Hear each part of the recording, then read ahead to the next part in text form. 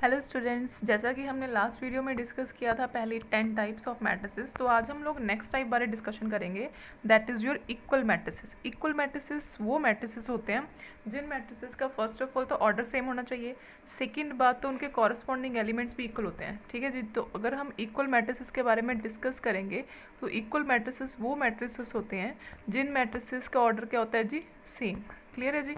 तो अगर मैं आपके सामने ये दो मैट्रिसेस यहाँ पे एग्जांपल दिखा रही हूँ। फर्स्ट मैट्रिक्स का ऑर्डर है 2x2, ठीक है, और सेकेंड मैट्रिक्स का ऑर्डर 2x3। एलिमेंट कुछ भी हो, कोई मैटर नहीं करता, बस आपका जो ऑर्डर है दोनों मैट्रिक्स का सेम होना चाहिए। अब आप नोटिस करो, इस मैट्रिक्स का ऑर्डर 2x2 है और इस मैट्रिक्स का ऑर्डर 2x3 है, तो हम सीधा बोल देंगे कि these are not the equal matrices, right. और नेक्स्ट, जैसे मैंने ये एग्जांपल ले रखी है, इस एग्जांपल में आप देख सकते हो कि ये भी एग्जांपल 2x3 की है और ये मैट्रिक्स भी 2x3 का है। दोनों मैट्रिक्स के ऑर्डर सेम है, तो yes it is a equal matrices. और जो इनके कॉरस्पॉन्डिंग एलिमेंट्स हैं वो भी इक्वल होंगे। जैसे आप नोटिस कर रहे हो, A1 किसके इक्वल है जी 1 के, A2 किसके इक्वल है जी 6 के, A3 3 के, एंड सो ऑन A6 तक। क्लियर है जी। तो ये बात होगी इक्वल मैट्रिसेस की। तो इक्वल मैट्रिसेस वो मैट्रिसेस होते हैं जिनका ऑर्डर क्या होता है, सेम। अगर ऑर्डर सेम होगा तो कॉरस्पॉन्डिंग एलिमेंट भी इक्वल होंगे दोनों के। ठीक है जी। नेक्स्ट आपकी जो टाइप है मैट्रिसेस की वो है ट्राइंगुलर। ट्राइंगुलर मैट्रिसेस वो मैट्रिसेस होते हैं, एक्चुअली ये एक तरह के स्क्वायर मैट्रिक्स होते हैं। और you know that square matrix कौन से होते हैं, जिनमें number of columns is equal to number of rows. ठीक है जी। तो आप उसको स्क्वायर मैट्रिक्स बोलते हो। सिमिलरली ट्राइंगुलर मैट्रिक्स भी ऐसे मैट्रिक्स होते हैं। It is said to be triangular if the elements above or below principal diagonal are zero. Actually triangular कई बार बोल देते हैं, स्क्वायर भी हो सकते हैं। कई बार आप ये भी बोल सकते हो कि जब m ग्रेटर देन n हो जाए, मतलब रोज इज ग्रेटर देन कॉलम या फिर कॉलम इज ग्रेटर देन रो, तो वो भी ट्राइंगुलर मैट्रिक्स ही होते हैं। इनकी नेक्स्ट ना 2 टाइप्स डिवाइड हो जाती है। वो होती है एक अपर ट्रायंगुलर और एक होती है लोअर ट्रायंगुलर। अब अपर और लोअर की आप पहचान कैसे करते हो। अपर ट्रायंगुलर में क्या होता है, जो आपका प्रिंसिपल डायगोनल होता है, जैसे यहाँ पे प्रिंसिपल डायगोनल है 3 4 6, जो उसके लोअर एलिमेंट्स होते हैं बिलो वाले वो 0 होते हैं। और लोअर में ऑपोजिट होता है, जो भी प्रिंसिपल डायगोनल होता है जो उसके अपर वाले एलिमेंट होते हैं, जो अबव वाले एलिमेंट होते हैं वो 0 होते हैं। क्लियर है जी। अगर मतलब कि आप अपर ट्रायंगुलर मैट्रिक्स की बात करोगे तो जो प्रिंसिपल डायगोनल होगा मैट्रिक्स के अंदर, उसके जो नीचे वाले एलिमेंट है वो 0 होंगे। और लोअर वाले केस में बिल्कुल ऑपोजिट होता है। आप प्रिंसिपल डायगोनल लिखते हो, जो उसके ऊपर वाले एलिमेंट होते हैं वो क्या होते हैं जी, 0। तो this is a difference between upper and lower triangular matrix. Clear है जी। उसके बाद आपकी जो नेक्स्ट टाइप है वो है सिमेट्रिक मैट्रिक्स। अब सिमेट्रिक मैट्रिक्स क्या होता है, सिमेट्रिक मैट्रिक्स और स्क्यू सिमेट्रिक ये मैं इकट्ठे कराऊंगी आपको, एक दूसरे के बिल्कुल ऑपोजिट हैं। एक साइड सिमेट्रिक मैट्रिक्स और एक साइड स्क्यू सिमेट्रिक मैट्रिक्स। ठीक है जी। ये पहली बात, तो दोनों मैट्रिसेस क्या होते हैं जी, स्क्वायर मैट्रिक्स। जब भी आप इन दोनों मैट्रिक्स की बात करोगे तो इट इज़ नेसेसरी कि ये दोनों क्या होने चाहिए, स्क्वायर मैट्रिक्स। स्क्वायर का तो भी हमें पता ही है कि नंबर ऑफ रो और नंबर ऑफ कॉलम इक्वल होते हैं। क्लियर है जी। अब सिमेट्रिक मैट्रिक्स की पहचान कैसे होती है, जैसे आपके सामने कोई भी मैट्रिक्स दे दिया ए, सपोज मैं आपके सामने ये लिख रही हूँ 1 2 3 2 4 5 एंड 3 5 2। आप नोटिस कर रहे हो कि पहली बात तो ये स्क्वायर मैट्रिक्स है 3x3 ऑर्डर का, राइट। अब आपने क्या करना है, इसका ट्रांसपोज निकालना है। ट्रांसपोज क्या होता है जी, जब आप रोज एंड कॉलम्स को इंटरचेंज करते हो, 1 2 3 2 4 5 एंड 3 5 2 इंटरचेंज करके यही आया। आप नोटिस करो कि जो ए ट्रांसपोज आया वो बिल्कुल किसके इक्वल है, ए के। तो जब भी आपके इस मैट्रिक्स का ट्रांसपोज करने के बाद आपका सेम मैट्रिक्स आ जाए तो आप उसको कौन सा मैट्रिक्स बोलते हो जी, सिमेट्रिक मैट्रिक्स। क्लियर है जी। स्क्यू सिमेट्रिक इसके बिल्कुल ऑपोजिट होता है। उसमें क्या होता है, जब आप उसका ट्रांसपोज करो तो जो आपका आंसर निकले वो नेगेटिव ऑफ ए निकले। ए तो आए बट आगे कौन सा साइन आए, नेगेटिव। जैसे कि मैं आपको चलो एक एग्जांपल ले लेती हूँ, छोटी सी एग्जांपल लेते हैं, 0 2 -2 0। 2x2 का ले लिया क्योंकि हमें स्क्वायर मैट्रिक्स लेना ज़रूरी होता है। आप इस ए मैट्रिक्स का ट्रांसपोज करो।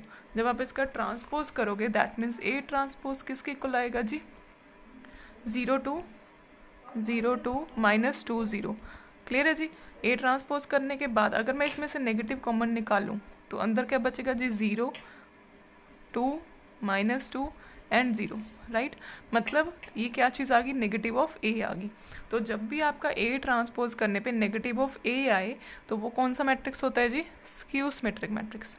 क्लियर है जी। तो ये होगी सिमेट्रिक और स्क्यू सिमेट्रिक की बात। नेक्स्ट आगे मैं एक आपको स्पेशल नोट लिखवा रही हूँ। स्पेशल नोट ये है कि every square matrix can be expressed as a sum of symmetric and skew symmetric. मतलब आप एक सिंपल स्क्वायर मैट्रिक्स को किस में एक्सप्रेस कर सकते हो, सिमेट्रिक में और स्क्यू सिमेट्रिक के सम में। जैसे मैंने इस साइड लेफ्ट हैंड साइड आपको एक मैट्रिक्स लिखा हुआ है, ये पक्का स्क्वायर होएगा, स्क्वायर मैट्रिक्स होएगा। इसको किसके इक्वल लिखा है, sum of the symmetric and skew symmetric.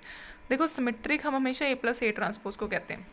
जब आप actually A plus A transpose करते हो तो उसके बाद आप उसका ट्रांसपोज लेना, वो देखना ए प्लस ए ट्रांसपोज के इक्वल ही आएगा, ये रिजल्ट है।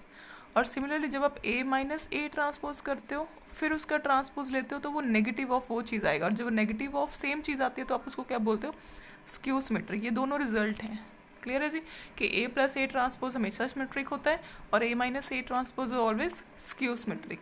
तो यहाँ पे हाफ से मल्टीप्लाई कर दी, कोई ज़्यादा मैटर नहीं किया। तो दैट मीन्स आपने क्वेश्चन में क्या करना होता है, आपको एक मैट्रिक्स दिया हुआ करेगा ए, आपने पहले उसका ट्रांसपोज निकाल लेना है, राइट। फिर उसके बाद एक बार ए प्लस ए ट्रांसपोज कर लेना, एक बार A minus A transpose, multiply with 1/2 and then add it. जब आप ऐड करोगे तो देखना आपका सेम ए मैट्रिक्स निकल के आ जाएगा। तो यहाँ से रिजल्ट इसलिए ये बनता है कि every square matrix can be expressed sum of symmetric and skew symmetric matrix. ये मैंने नीचे लिखा हुआ है कि ए प्लस ए ट्रांसपोज हमेशा सिमेट्रिक होता है और A minus A transpose always skew symmetric होता है। क्लियर है जी। तो ये आपने रिजल्ट याद रखना है क्योंकि इस तरह के काफ़ी क्वेश्चंस आ जाते हैं आपके एनसीईआरटी बुक में। नेक्स्ट आपके एक दो रिजल्ट हैं, ये मैं आपके साथ डिस्कस करना चाहूँगी। दो रिजल्ट ऐसे हैं कि जैसे फर्स्ट रिजल्ट है if A and B are symmetric, if A and B are symmetric, अगर ए सिमेट्रिक हुआ दैट मीन्स ये रिजल्ट क्लियर है, अगर बी सिमेट्रिक हुआ दैट मीन्स ये रिजल्ट सही है। उसके बाद कहता है and A B is also symmetric, A B is also symmetric मतलब दिस थिंग। क्लियर है जी। देन प्रूव दैट कि A B is equals to B A. Clear है जी। रिजल्ट मैं आपको दोबारा बता देती हूँ। रिजल्ट ये है कि अगर ए बी सिमेट्रिक मैट्रिक्स है, लिख लिया, बी बी सिमेट्रिक मैट्रिक्स है, A B also symmetric matrix, then ये हमेशा इक्वल होंगे। कैसे होंगे अब हम ये प्रूव करते हैं। जैसे कि आपको मैंने जब ट्रांसपोज कराया था तो तब मैंने आपको एक रिवर्सल लॉ करवाया था कि ए बी ट्रांसपोज एक्चुअली किसके इक्वल होता है। जब भी मल्टीप्लिकेशन में किसी का ट्रांसपोज होता है तो वो किसके इक्वल होता है, बी ट्रांसपोज ए ट्रांसपोज, जिसको मैंने क्या बोला था उस टाइम, रिवर्सल लॉ। क्लियर है जी। मतलब जब भी ट्रांसपोज अंदर जाता है तो उल्टा आता है, पहले बी का फिर ए का। अब बी ट्रांसपोज किसके इक्वल है जी, बी के, और ए ट्रांसपोज किसके इक्वल है जी, ए के। तो हैंस ए बी का ट्रांसपोज किसके इक्वल आ गया, बी ए के। तो यहाँ से आपके दो रिजल्ट निकलते हैं, एक ये और एक ये ऊपर गिवन था। आप इन जब दोनों को इक्वेट करोगे तो यहाँ से क्या निकल के आता है, A B is equals to B A, hence proved. Clear है जी। तो जब भी आपको ए और बी सिमेट्रिक होंगे उनका प्रोडक्ट भी सिमेट्रिक होएगा, then always A B is equals to B A. Clear है जी। एंड हम लोग एक लास्ट रिजल्ट करेंगे इसमें। वो रिजल्ट ये है कि एक आपके पास बी ट्रांसपोज ए बी है, क्लियर, इसका सिमेट्रिक और इसका स्क्यू सिमेट्रिक होना किसके ऊपर डिपेंड करता है जी, ए के ऊपर। किसके ऊपर, ए के ऊपर। मतलब ये पूरी चीज़ सिमेट्रिक कब होएगी, व्हेन ए इज सिमेट्रिक, और ये पूरी चीज़ स्क्यू सिमेट्रिक कब होएगी, when A is skew symmetric. हम प्रूव कर लेते हैं। आपने ये बोला कि बी ट्रांसपोज ए बी सबसे पहले क्या प्रूव करना है, सिमेट्रिक। अब किसी को सिमेट्रिक और स्क्यू सिमेट्रिक प्रूव करना हो आप क्या लेते हो जी, ट्रांसपोज। अब ट्रांसपोज जब मल्टीप्लिकेशन के अंदर जाएगा तो रिवर्सल लॉ होएगा। रिवर्सल लॉ क्या कहता है, B transpose A transpose. Clear है जी। अब बी ट्रांसपोज तो बी ट्रांसपोज ही रहेगा, ए ट्रांसपोज उसने कहा है कि क्या है जी, सिमेट्रिक। क्योंकि आप सिमेट्रिक का केस प्रूव कर रहे हो तो ए क्या लेके चलोगे, सिमेट्रिक। तो सिमेट्रिक है तो ए के इक्वल। अब किसी मैट्रिक्स का ट्रांसपोज लो, फिर से अगेन ट्रांसपोज लो, तो वो क्या निकल के आता है जी, बी। तो हैंस इसका ट्रांसपोज इसके इक्वल आ गया, तो ये कहाँ से क्या प्रूव हो गया, सिमेट्रिक। अब सिमिलरली हम दूसरा केस करेंगे।